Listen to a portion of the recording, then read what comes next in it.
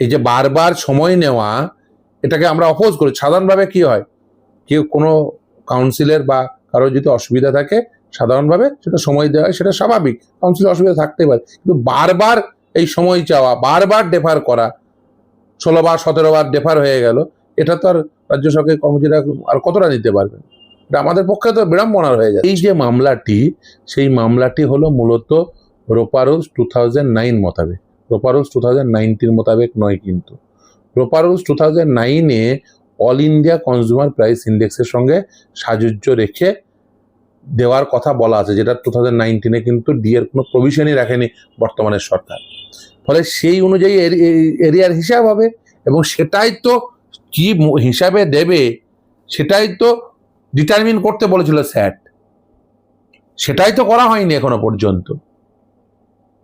সেই মোতাবেক যেটা স্যাটের যে নির্দেশ ছিল, যে নির্দেশকে আপহোল্ড করেছে কলকাতা হাইকোর্ট, সেই মোতাবেক দেবে। হিসাব করুন, অল ইন্ডিয়া কনজিউমার প্রাইস ইন্ডেক্সের সঙ্গে হিসাব করে দিলেই খুব পরিষ্কার হয়ে যাবে।